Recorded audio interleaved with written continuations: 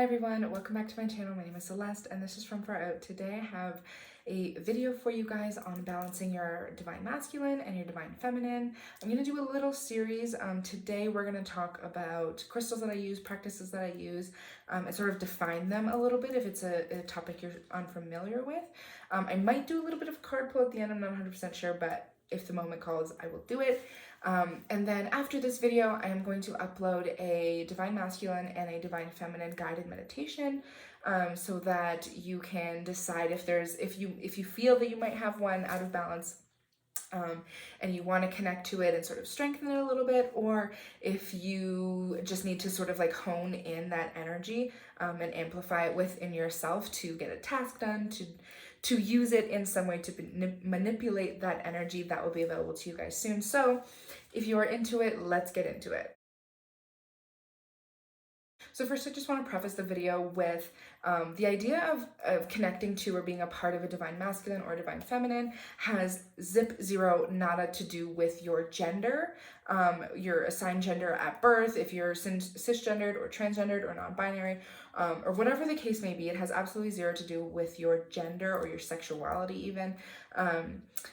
Divine feminine and divine masculine exists and is available to any body that exists on earth. Because you are an energy body, you connect to these different energy bodies, and these gendered divinities aren't the only expression of energy. There are a lot of different ways to sort of balance that like give and take of your own spirit and your own cycles. So if you do not resonate with the divine masculine, divine feminine, it's totally cool. You will still have a very full spiritual life. But for those of us that do resonate and connect with the divine masculine and the divine feminine, let's jump into those ideas. So I have 4 crystals to talk about the divine masculine, and then I have 4 crystals to talk about the divine feminine, and then I have 4 crystals that I like to use to balance both. So I think I'm going to start with defining each one, and I'll go back and forth between divine masculine, divine feminine, and I'll sort of show you their like opposites or conjunctions.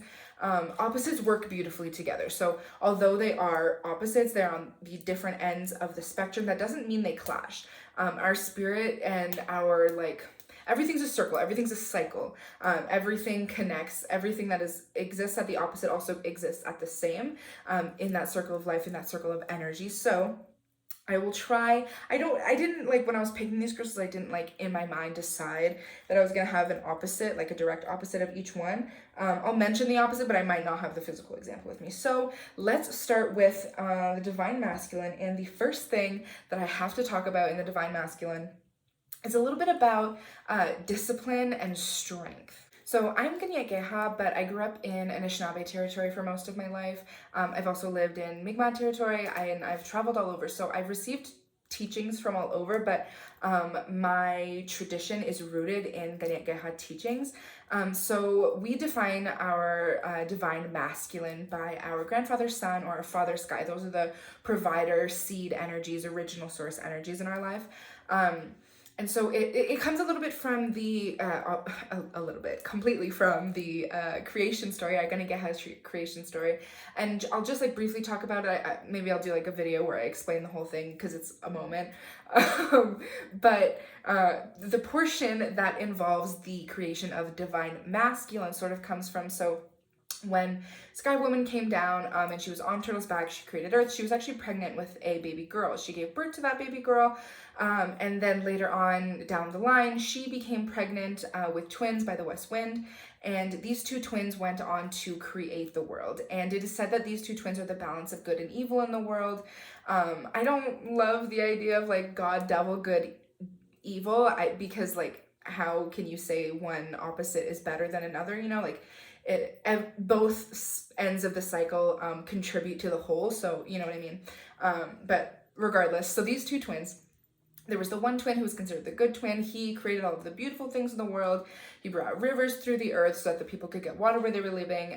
It was like he did all the beautiful things, right? And then the other twin was, you know, putting thorns on the roses and putting bones in the fish to make it harder to eat and stuff like that. So the good twin, or the prosperous twin, when he died, he became the sun. He didn't want to leave the people and all the things that he created, because they are also the ones that created people and animals and things like that.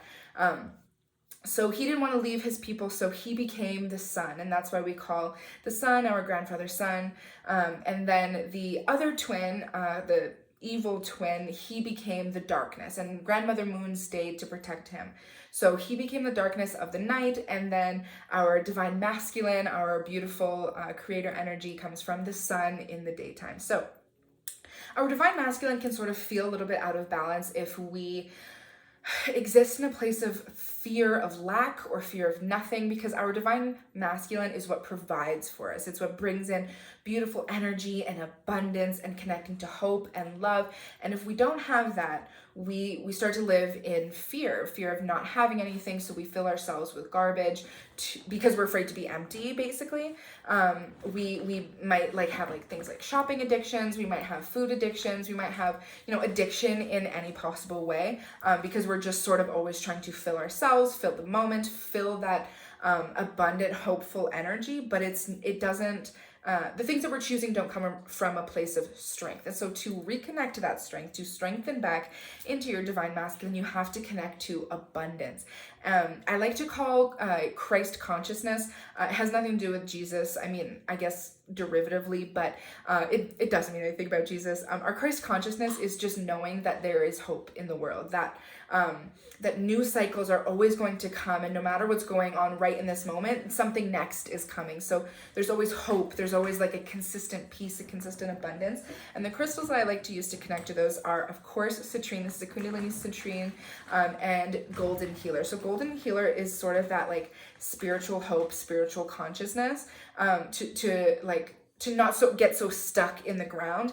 I think our divine masculine can sort of get confused it is part of our physical body, but it doesn't necessarily mean that we're not connected to spirit at all. So the way that I look at it is, when you have mind, body, soul, spirit, your mind is your divine feminine, your body is your divine masculine, and then your soul or your spirit is both. So it's the perfect balance when you do connect to that spirit. So the spiritual side of your divine masculine is that Christ consciousness, that golden healer energy of wanting the world to be okay. And then, of course, the citrine to connect us to abundance, to know that we are always connected to an effortless waterfall of abundance. We're always bringing in beauty and grace, and we are always bringing in abundantness, so that we don't have to fill ourselves with all of these things that we're just sort of collecting for winter, because we're so afraid of that emptiness, of that reflection. But there is something to be said about the divine masculine's ability to be reflective and to be self-aware and strong in that self-awareness, not being afraid. If somebody says something about you, you're not really afraid of what they're going to say, because you don't know your true self, and you think that somebody else saying something to you is going to define your true self. We're also confronting a lot of arrogance and a lot of anger towards others that is seated in a place of insecurity. So our solar plexus is a very divine masculine energy. That's where we receive our abundance. That's where we receive our hope. And that's where we receive our confidence and our power. And that's such an integral piece of the divine masculine. Sorry, I fucking lost it now. I literally don't even want to talk about it. Okay, so some more solar plexus-y energy. I'm going to pull some yellow fluorite. I love using yellow fluorite for discipline and for knowing how to direct my power. So we can have all of this passion and this creative and inserting energy, but if we don't know what direction to put it into, if we don't know what outlet or expression we're going to use for that, it's really just going to be detrimental to us, because then that's how we get lost in these addictions of whatever it is. So yellow fluorite is really going to help us organize our energy and push it in the right direction. So to help us out with that organizing our energy, we have to have a source of energy. And a crystal that I really love, obviously, for source of energy, for sparkiness, is Vanadinite. I only have this teeny tiny piece, so I will try and get some close-ups for you. Get yourself some Vanadinite. It is so awesome, but it can get a little expensive. It creates that push for us to really sweat and throw our whole selves into something, whether it's a hobby, whether it's work, whether it's a goal that you're trying to achieve. Just really putting every piece of your energy into something and having something that's going to push you and drive that passion. So your yellow fluorite is all about discipline and saying, I can do hard things, knowing that you have the ability, the capacity, you are connected to the never-ending source of that energy. So discipline and energy is how we're going to push and direct our divine masculine to boost us in the world, to manifest the things that we're trying to get through, to, you know, just have the strength for day-to-day life, you know, the shit that we need to work through. Something that can be a little scary for folks who are afraid of change is the divine masculine can tend to bring a lot of destruction. It can like melt things away that don't need to be there. But our divine feminine is all about like nurturing and caring for us and put up these things that are beautiful, that that you know, help us with that emotional side. But then when we tap into that divine masculine, he's gonna be like, you don't need this shit, you don't need this shit, you need to move forward and do this. A deity that I feel really helps out with that a lot is Shiva and his son Ganesha. But Shiva is all about like destruction and, you know, burning the bridges that aren't serving you anymore, and like just getting rid of all of the crap. Ganesha is about he is the destroyer of obstacles, I believe, is like the term that people typically use for him, but he definitely is that like clearing the path. But Shiva kind of does it in a more intense way, where you're gonna ask for something, you know, do your offerings and connect to that deity and make those worshiping prayers and things like that, and you're gonna have something in mind, and he is just gonna be like, nah, that's definitely not what you need, but this is, and you're gonna be like, wait, what the hell? And it's kind of a hard process to like really accept that, but once you do accept that, it's so beautiful, because spirit knows what you need more than you do. So having that power and that strength is our divine masculine inside of us. I love using golden rutile for power and energy and pushing through obstacles. Golden rutile is all about fearlessness and knowing that things are happening. I'm not afraid to jump to the next thing. I'm not jumping to the next thing because this one's falling under. I'm jumping to the next thing because it's stronger and stronger and stronger and stronger. I really love, so another divine masculine in our tradition is what we call our Duerdas, which is our grandfather thunder being. So a thunderstorm is a beautiful way to connect to your divine masculine, to charge your crystals with the divine masculine. So in our tradition, we believe that thunderstorms are the way that Father Sky helps to care for Mother Earth, because Mother Earth is all about receiving that care and receiving what's being provided for, and that's, I'll talk about that when we talk about our divine feminine. But the earth and the sky, they're in love. And the grandfather thunderers are this beautiful, like, romantic celebration between the two. And when the grandfather thunders have their lightning rods, that is the most powerful, the most potent energy that you can connect to. And that is how I feel about golden rutile. It is that electric charge, that the spark that we need to spark our manifestations, to spark our gratitude, to spark our spirit, to connect us back upwards. We can take that spiritual energy and put it through into our physical body to promote our own strength, not only in like physical strength, like working out and having a healthy body, but in a strength that it takes to make it through adversity or things that are stopping you from your prosperous nature. You know, our divine right to be prosperous, to be abundant and strong. So let's jump into a little bit of the divine feminine, because the exact opposite. So in the tarot deck, your divine feminine is your empress. She's who rules wisdom and ancient knowledge. She rules our third eye and connects us to that feminine, all-knowing sort of situation. And the divine masculine in the tarot deck is the emperor, and he sort of rules more physical things like wealth and the richness of life, prosperity and thriving and feeling the sun on your face and all those beautiful things. So that emperor energy and that wealth and abundant energy is what I feel about golden rutile. So his direct opposite for me and my energies would be lapis lazuli. I love using lapis lazuli to connect to our divine feminine, to connect to that deeper knowing, that innate knowing, that intuition that comes with our femininity.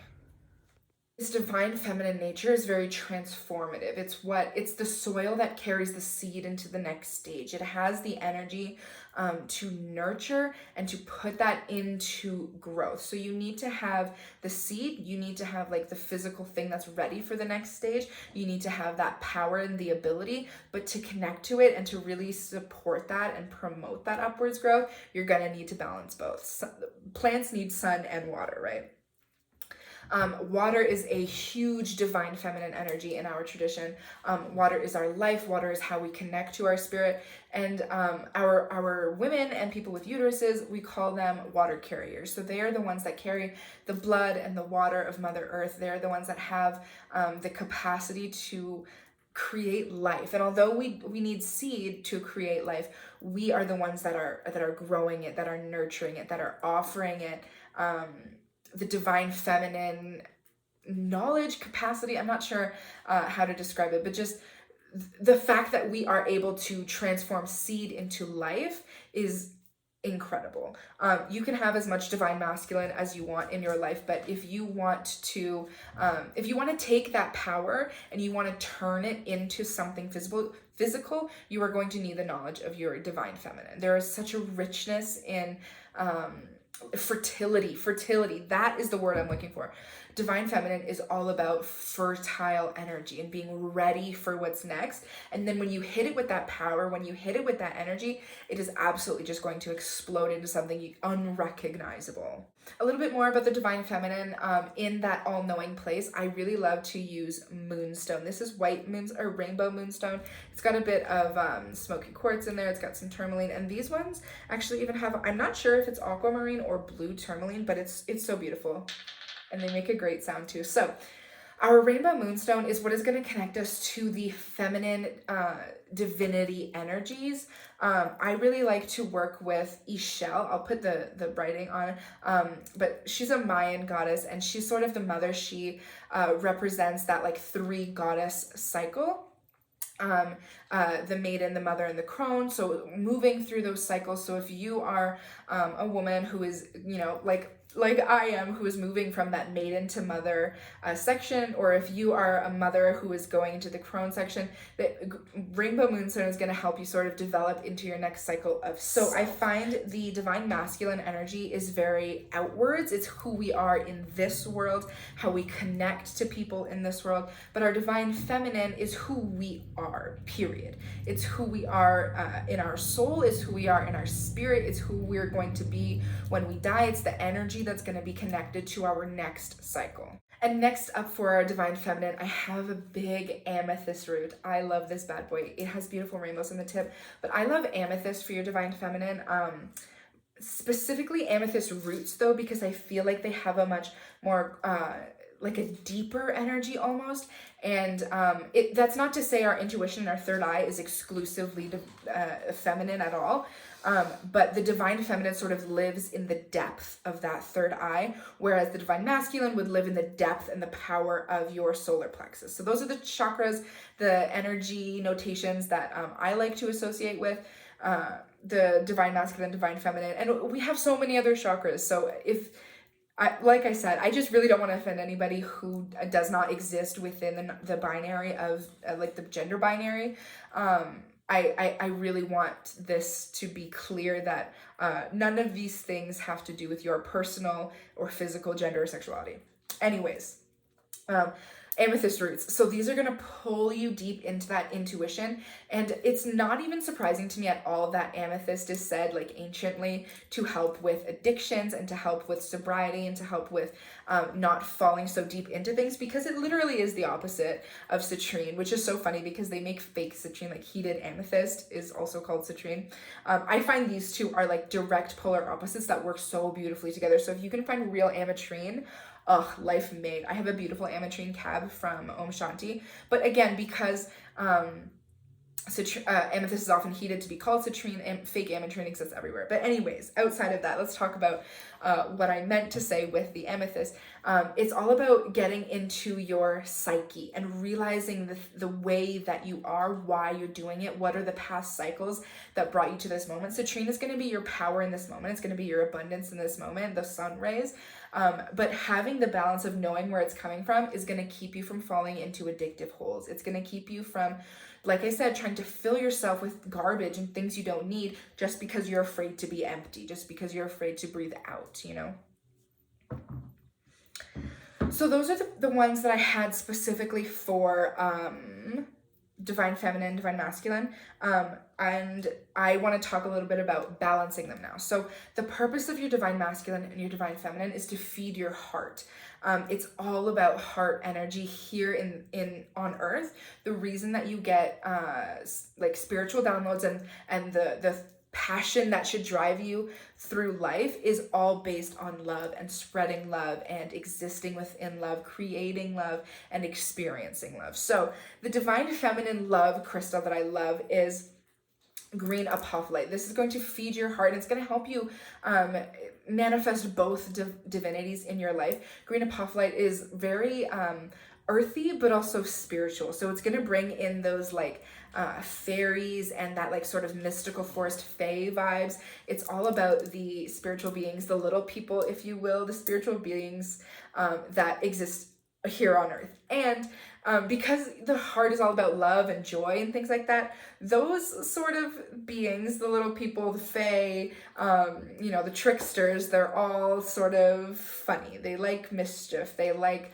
opposites. They like making jokes. So you really have to pull yourself into your purpose and your consciousness when working with this energy, because it's kind of going to show you things in a funny way. It's gonna help you with what you need, and it's really going to boost your heart and joy, but only if you're willing to look at it from that perspective. She's going to show you something that you don't really know that is for you, so you're going to ignore it, or you're going to think something completely different of it, and then one day you're just going to click and be like, wait a minute, was I supposed to be doing this? And it's all going to make sense. So green apophyllite, love.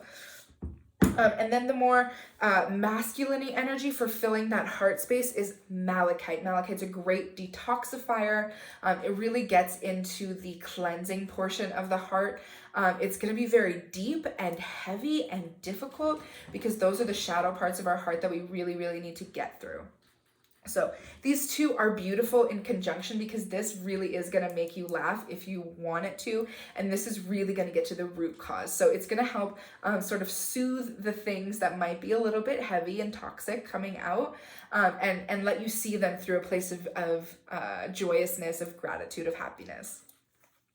Another very obvious piece is this is moonstone and sunstone growing together. So it has the capacity for reflection. You know, the moon is a reflection of the sun energy.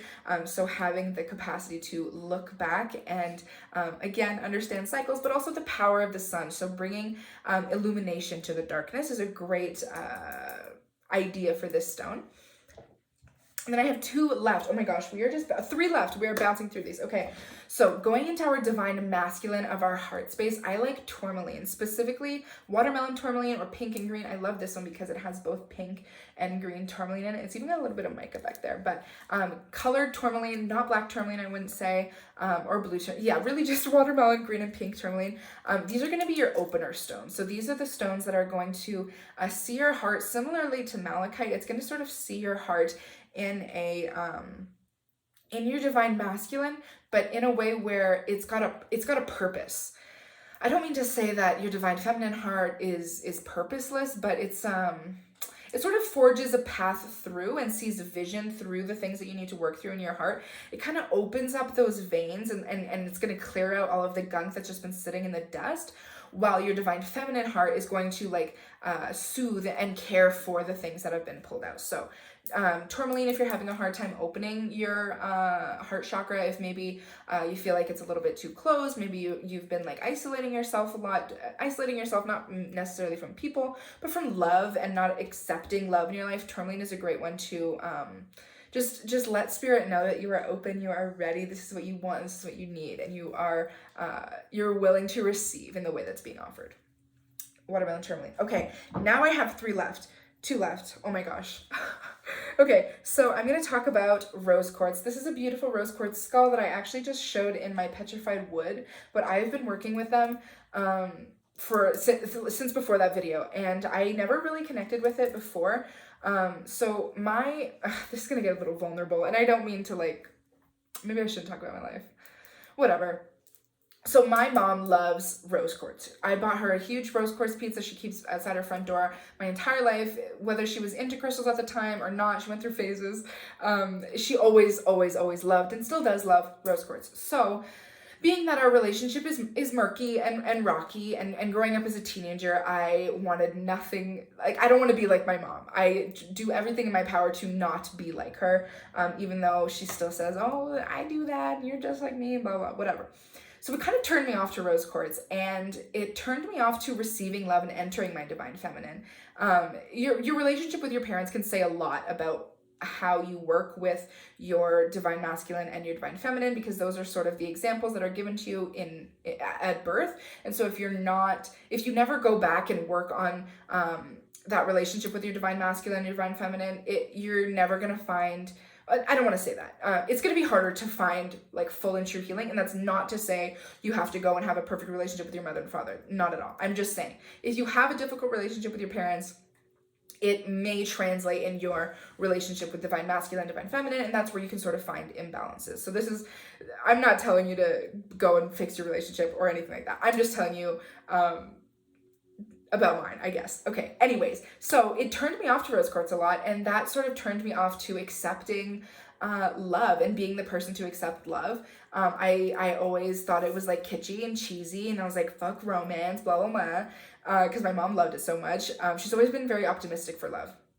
But that sort of turned me off to things like this. And working with this is my first like big piece of rose quartz. I have like a literal small tumble. I don't even know if it's here, but I have a very small piece. And it was cute or whatever. I used it in like work for like when I needed that energy present, I used that, but I didn't connect it in myself and my heart.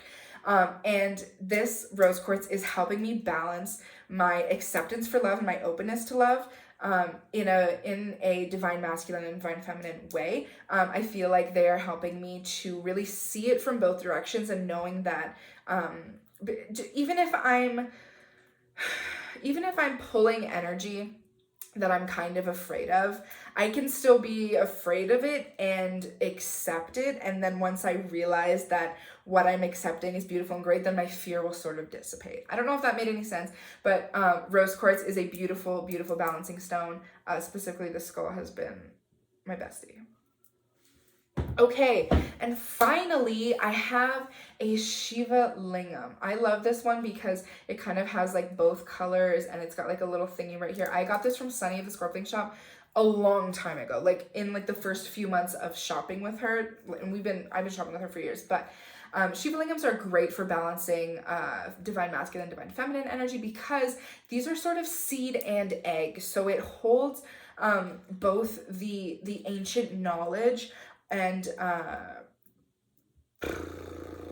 presence of cycles as the seed does, but it also has that egg, that fertile energy that's ready to receive power, receive care. So my Shiva Lingam is super old, but it's not a crystal that I would recommend getting a bunch of. I think I have this one and a black one. I love Shiva Lingam. Oh, and I have a huge one. Oh my god, I should do a close-up of that big one. But Shiva Lingams are not something that I would get like a million of and just like collect. I mean, you can if you want to, no one's stopping you, but if you're going to use them in a spiritual way, they require a lot of work, and you really have to like worship them and send them energy in order for them to send you back energy. So these are really important ones to connect to. Also, Rudraksha seeds are a great energy to connect to these, because these are also actual seeds. They're not a crystal or anything, but they do hold the beautiful seed divine masculine energy. So that is all I have to say about this video. All right, everyone, that is gonna have to conclude it for today's video. I have a grumpy butt who just woke up from a nap, so this will be part 1. I will see you in part 2, and I will see you in those guided meditations. Peace and love from far out.